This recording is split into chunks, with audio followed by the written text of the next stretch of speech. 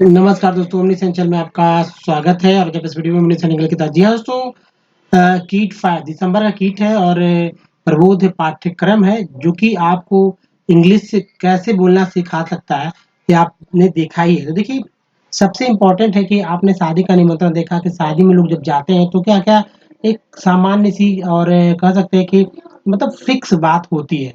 अगर आप कुछ सेंटेंसेस को याद कर लेते हैं तो वो सेंटेंसेस आपके लिए बहुत ही इम्पोर्टेंट हो जाते हैं। इंग्लिश बोलने के लिए शुरुआती में कुछ सेंटेंसेस को याद कर लेना चाहिए, फिर धीरे-धीरे जो है पकड़ बनने लगता है क्योंकि आप कुछ बोल तो पा रहे हैं। तो चलिए, सेंट्रल हिंदी ट्रेनिंग इंस्टीट्यूट द्वारा तैयार किया गया प्रबोध पाठ्यक्रम को आगे बढ़ाते हैं।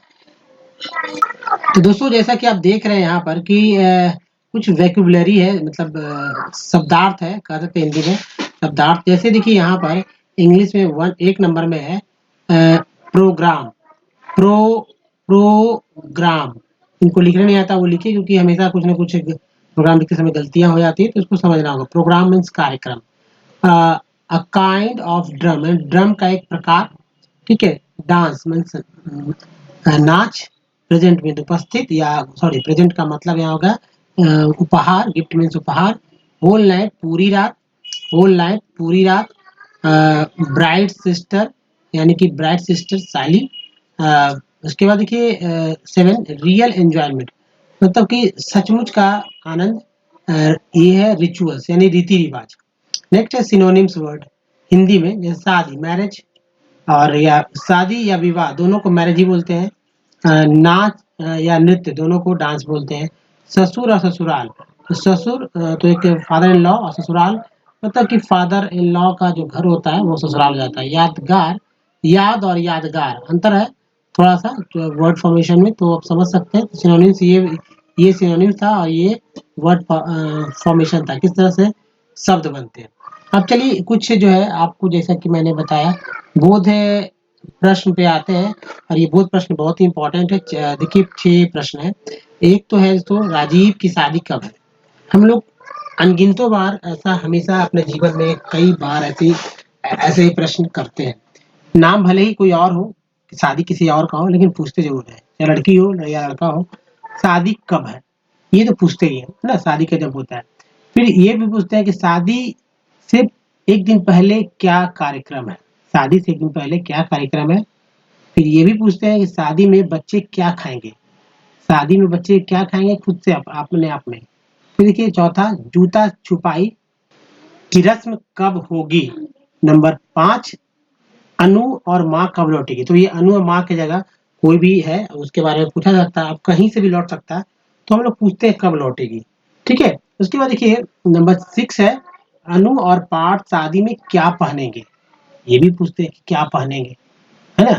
वह क्या पहनेगी, मैं क्या पहनूंगा। ये बात हमेशा चलेगी और बदलने वाला नहीं। तो ये कुछ सेंटेंसेस अगर याद कर ले तो क्या दिक्कत है। पाठ्यक्रम खुद कहता है कि 6 into 1, या तो एक सेंटेंस को 6 बार पढ़िए। मेरा ये मानना है कि 20 बार कम से कम एक बार पढ़िए, ताकि वो आपके दिमाग में छा जाए, और जब बोलना हो तो बस वही निकले। देखिए, ये केंद्रीय कर्मचारियों और राज्य स्तरीय कर्मचारियों के लिए है, जिसे भारत सरकार के गृह मंत्रालय द्वारा जो है, राजभाषा विभाग द्वारा जो है तैयार करवाया गया कि लोग हिंदी सीख सकें। लेकिन उनका तरीका है इंग्लिश का, यानी कि इंग्लिश को समझते हुए उन्होंने हिंदी को डेवलप किया है। तो अब क्या है कि हिंदी के थ्रू हम लोग इंग्लिश में प्रवेश कर सकते हैं आसान से। ये बहुत इंपॉर्टेंट, बहुत अच्छा लगा मुझे कि इस तरह के सेंटेंसेस आपको हमेशा लगेंगे। और दूसरी बात कि ये डायलॉग फॉर्म है, यानी कि बोल चाल की भाषा में ये पूरा का पूरा किट तैयार किया गया। ऑनलाइन किट है, अवेलेबल है। और जाहिर सी बात, आप समझ भी रहे हैं किस तरह से होता है, कैसे बात हो रही है, आपने देखा भी है। तो चलिए, हम इन सबका, जैसे राजीव की शादी कब है को इंग्लिश में कैसे बोले। अब देखिए, दिमाग में एक बात बने कि जब जैसे कब, कब, है ना, क्या, क्या, कब, कब, क्या, अगर ये और भी बहुत सारे प्रश्न वाले जो है शब्द आते हैं, तो आपको उसी से स्टार्ट करना चाहिए इंग्लिश में बोलते समय। जैसे कब को इंग्लिश में व्हेन बोलते हैं, तो बोलेंगे when is Rajiv's marriage. When is Rajiv's marriage, Rajiv की शादी कब है, व्हेन इज राजीव्स मैरिज। ठीक है। तो इस तरह से अगर दिक्कत है तो यहाँ से आप नोट भी कर लीजिए। When is When is Rajiv's marriage? When is Rajiv marriage? ठीक है, क्वेश्चन मार्क लगाएंगे।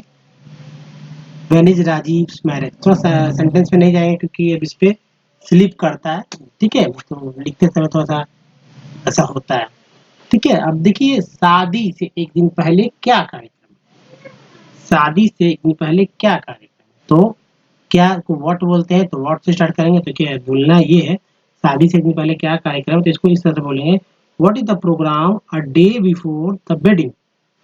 What is the programme a day before the wedding, शादी से एक दिन पहले क्या कार्यक्रम है। What is the programme a day before wedding, what is the programme a day before wedding, ठीक है। अब इसको देखिए, लिख कर भी मैं आपके सामने प्रस्तुत करता हूँ ताकि आप भी नोट कर सकें और इसे याद कर सकें। What is the programme, what is the programme, what is the programme a day before, a day before the wedding,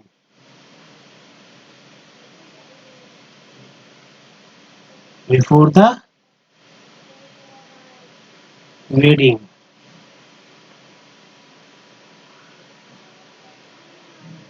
ठीक है। शादी में बच्चे क्या खाएंगे, शादी में बच्चे क्या खाएंगे, व्हाट विल द, तो क्या, तो व्हाट स्टार्ट हुआ है, what will the children eat at the wedding, what will the children eat at the wedding, what will the, what will the children eat at the wedding. इसको ऐसे लिख लेते हैं, यहाँ समझिए, व्हाट विल, क्योंकि दोस्तों गे आ गया ना, खाएंगे, फ्यूचर का सेंटेंस आ गया, what will the children, what will the children eat at the wedding,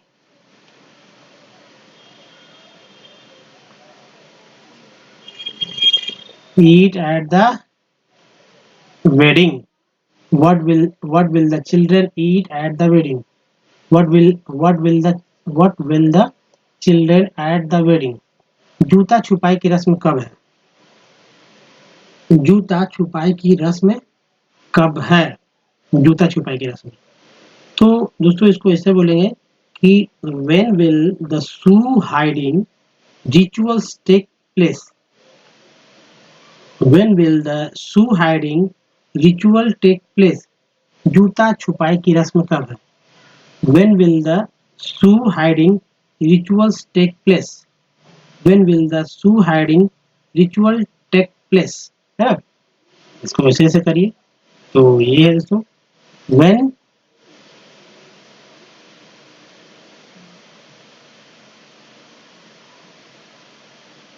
will the shoe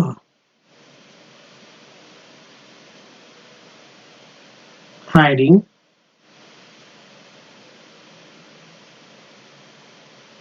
rituals take place,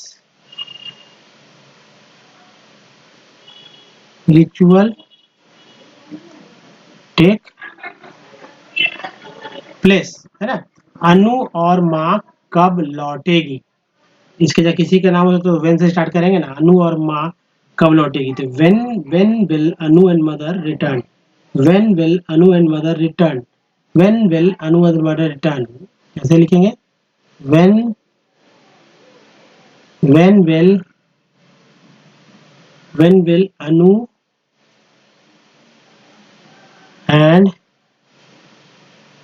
Anu and mother return,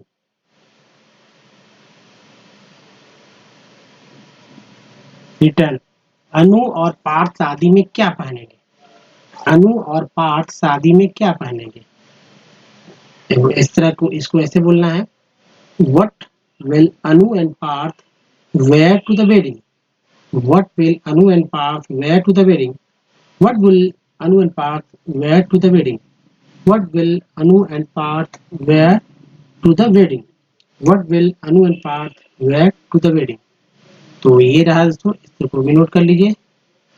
what will Anu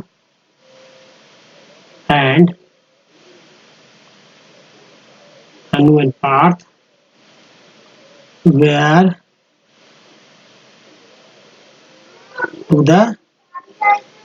to the wedding,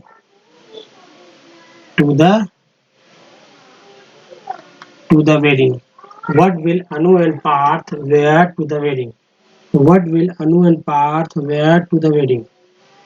What will Anu and Parth wear to the wedding? यानी अनु और पार्थ शादी में क्या पहनेंगे। जैसे कि शुरू से बोलते हैं राजीव की शादी कब है, तो when is Rajiv marriage, Rajiv शादी में क्या पहनेगी, तो what will Rajiv wear to the wedding, है ना, राजीव शादी में क्या पहनेंगे। ठीक है, ये तो हो गया। शादी से पहले एक दिन क्या कार्यक्रम है, तो ये सब चीज है। कुछ सेंटेंसेस जो है हमेशा फिक्स रहती है, जैसे कि मैंने एक एक के बाद जो है इसी अच्छे को बनाने का प्रयास किया, तो आप भी इस तरह से बना सकते हैं ना। तो चलिए अब कुछ अलग और हट के देखते हैं। लेसन 39, ठीक है, 39 लेसन है। इसमें दोस्तों समझिए कुछ बात, ये पार्ट जो है लेसन जो है 39 है, सिंपल पास्ट टेंस है विद द इंट्रांजिटिव वर्ब। जी हाँ, तो इंट्रांजिटिव वर्ब, जैसे समझिए लेसन में क्या क्या आपको मिलने वाला है। Lesson number 39 is a conversation between two friends. आप भी दो दोस्त हो सकते हैं, इसलिए कहता हूँ कि एक और किसी और व्यक्ति को आप जरूर बताइए इसके बारे में और वहाँ सीखने का प्रयास कीजिए, तभी आप सीख पाएंगे, ऐसे नहीं हो पाएगा। कन्वर्सेशन बिटवीन टू फ्रेंड्स, तो यहाँ में दो दोस्तों के बीच का बातचीत को यहाँ पर लेसन 39 में दिखाया गया, बताया गया डायलॉग फॉर्म में। One of the friends narrates his trips to south India. एक दोस्त जो है कि वो बता रहा है कि साउथ इंडिया के ट्रिप पर उसने जो भी है उसको बता रहा है। Describe the places he has visited, जहाँ उसने घूमा, जहाँ वो गया, उसके बारे में वो व्याख्या कर रहा है एक दोस्त। इन द लेसन्स, और इन द लेसन्स इस अध्याय में, इस पार्ट में we will learn about simple past tense. ठीक है, सिंपल पास्ट टेंस को सीखेंगे विद इंट्रांजिटिव वर्ब। देखिए past tense in Hindi is unique and certain rules are to be followed to form sentences in the past tense। अब देखिए ये देखिए सांस्कृतिक टिप्पणी को समझिए। ठीक है, सांस्कृतिक टिप्पणी है, इसको समझिए। जैसे कि सांस्कृतिक टिप्पणी का मतलब है कि कुछ ऐसे बातें जो आप समझ लेना आपके लिए, यानी कि सिखाया जा रहा है कि भाई कुछ बात तो समझिए कि क्या। जैसे नंदी हिल क्या होता है, जानते हैं? नहीं तो जानिए दोस्तों, नंदी हिल क्या है।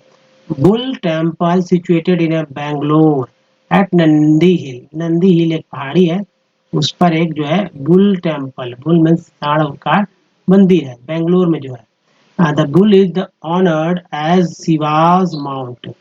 शिवा का जो है पहाड़ है, पर्वत है, या कह सकते हैं उसको ही, वो उसी के सम्मान में है। This is all called this is also called Nandi temple. अब तो समझ गया ना कि शिव की सवारी है नंदी, तो नंदी हिल वो हो गया। अब देखिए मैसूर महाराजा का palace, it is official residence of Wodeyars the maharajas of Mysore. Mysore का ये घर है। It is situated in the city of Mysore, ये मैसूर में है जो कि कर्नाटका में है। अब देखिए बेंगलोर और मैसूर में डिफरेंसेस है। टीपू सुल्तान के बारे में जानिए कि Tipu Sultan was a ruler of the kingdom of Mysore, and Mysore from the year of 1750 to 1799। ठीक है, लगभग कह सकते हैं 49 साल उसने मैसूर पर उसने शासन किया, शासक रहा। जो कि टीपू, जिसका नाम टीपू सुल्तान था। ही वाज, देखिए he was also known as a tiger of Mysore, है ना, मैसूर का इसको बाघ कहा जाता था, tiger of Mysore. He was one of the greatest south Asian ruler of all time. ठीक है, अब देखिए ग्रामेटिकल नोट पे हम लोग चलते हैं। ग्रामेटिकल नोट क्या है? ग्रामेटिकल नोट है, इसको समझना बहुत जरूरी है दोस्तों। Grammatical in this lessons we will learn, इस अध्याय में हम लोग सीखेंगे सिंपल पास्ट टेंस के बारे में जो कि इंट्रांजिटिव वर्ब के साथ होता है। Before learning the rule of sentences formation, मतलब सीखने से पहले हम लोग वाक्य के संरचना के नियम को पढ़ेंगे। We should know the rule for conjugating the verbs and verb in past tense. English has only one form in the past tense. Eat becomes ate. Eat जो बन जाता है वो ate बन जाता है past में। Write becomes wrote. Write को हम लोग wrote लिखते हैं past में, ठीक है। यानी ये V1 है तो ये V2 है, ये V1 है तो ये V2 है। हम लोग लिस्ट इसका दे चुके हैं, आप हमारे चैनल पे शुरुआती वीडियो में देख सकते हैं। The same verb form is used for all subjected. ये V2 ही जो है पास्ट में यूज होते हैं।